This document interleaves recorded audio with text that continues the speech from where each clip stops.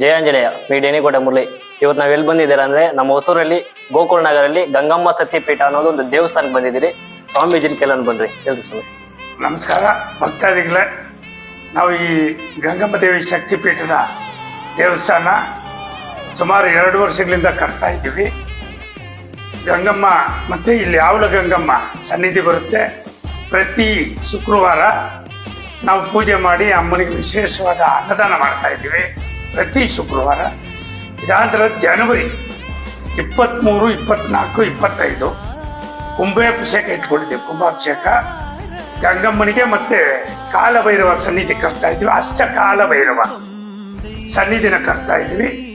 ಎರಡಕ್ಕೂ ಸೇರಿ ಜನವರಿ 23, 24, 25 ಕುಂಭಾಭಿಷೇಕ ಮಾಡ್ತಾ ಇದ್ವಿ. ಭಕ್ತಾದಿಗಳು ನಮ್ಮ ದೇವಸ್ಥಾನ ನಮ್ಮ NB ಅಗ್ರಹಾರದ ಊರ ಪಕ್ಕ ಮತ್ತು ಕೆರೆ ಪಕ್ಕದಲ್ಲಿರ್ತಕ್ಕಂಥ ದೇವಸ್ಥಾನ.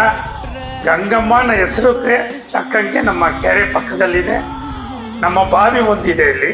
ನಾವು ಎಷ್ಟೇ ನೀರು ತೆಗಿತಾ ಇದ್ರೆ ಕೂಡ ಬರ್ತಾನೆ ಇದೆ ಅಮ್ಮನ ಪಾವಾಡ. ಅದು ಈ ಒಂದ್ಸಲ ಭಕ್ತಾದಿಗಳು ನಮ್ಮ ದೇವಸ್ಥಾನ ಗಂಗಮ್ಮನ ಒಂದು ಪೂಜೆಗೆ ಬಂದು ಭಾಗಿಯಾಗಬೇಕು, ನಮ್ಮ ಪೂಜೆಗೆ ನೋಡಬೇಕು. ತಾವೆಲ್ಲ ಎಲ್ಲರೂ ಕೂಡ ನಮ್ಮ ಕುಂಭಾಭಿಷೇಕದಲ್ಲಿ ತಪ್ಪದೆ ಬಂದು ಭಾಗಿಯಾಗಬೇಕಂತೇಳಿ ತಮ್ಮಲ್ಲಿ ವಿನಂತಿಸಿಕೊಳ್ತೇವೆ.